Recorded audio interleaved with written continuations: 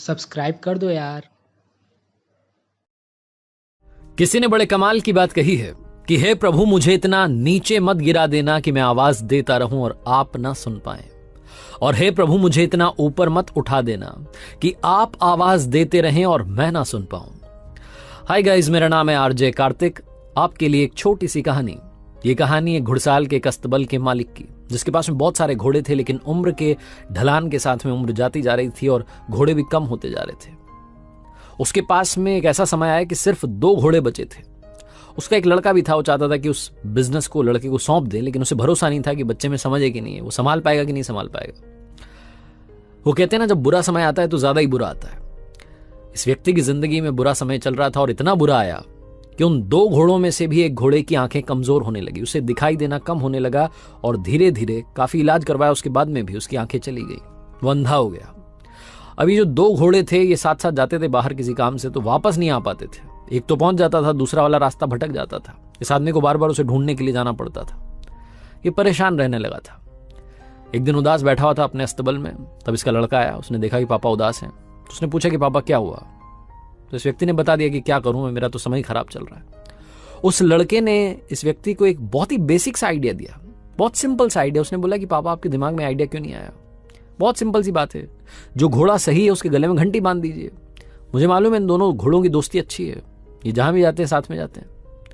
तो ये जब जाएंगे ना बाहर, तो ये जिसको दिखाई नहीं देता है वो घंटी की आवाज सुनकर के रास्ता फॉलो करते करते वापस आ जाएगा। आपको बार बार जाने की जरूरत नहीं है, बार बार परेशान होने की जरूरत नहीं है। ये आदमी सोचने लगा कि इसको ये सिंपल सी बात क्यों नहीं आई दिमाग में। इसने वही किया, जो सही घोड़ा था उसके गले में घंटी बांध दी। जब भी दोनों घोड़े बाहर जाते थे सुरक्षित वापस आ जाते थे। जो घोड़ा सही था, जिसको दिखाई देता था, जिसके गले में घंटी बंधी थी, वो इस बात का ध्यान रखता था कि पीछे वाला जो है, जिसे दिखाई नहीं देता है, वो चल रहा है कि नहीं चल रहा है, साथ में मेरे साथ आया कि नहीं आया, उसको साथ साथ लेकर के पहुंच जाता था। 1.5-2 महीने तक इस व्यक्ति ने देखा, और जब इसे लगा कि एक्सपेरिमेंट काम कर गया है, तो इसने अपने लड़के को बुलाया और कहा कि सुनो, तुम समझदार हो गए हो, तुम लायक हो इस अस्तबल को संभालने के। और कहने लगा कि जब मैं तुम्हारी एज का था, मेरे पास में बहुत सारे घोड़े थे, ये घुड़साल भरी हुई थी। अब तुम्हारी जिम्मेदारी है कि इस बिजनेस को दोबारा से खड़ा कर दो। तुम्हें आज से ये बिजनेस सौंपता हूं। कहानी तो खत्म हो गई है। छोटी सी कहानी है, लेकिन ये कहानी घुड़साल की, घोड़ों की, घंटी की नहीं है। ये कहानी आपकी और हमारी है।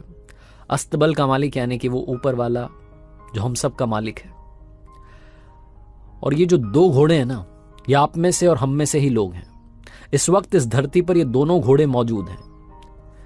पहले वो वाले हैं जिनके गले में घंटी बंधी है, जो सही घोड़ा है, जिसका काम है कि पीछे वाले को रास्ता दिखाएं, वो घंटी की आवाज सुनकर के आपके पीछे पीछे वो भी आ जाए।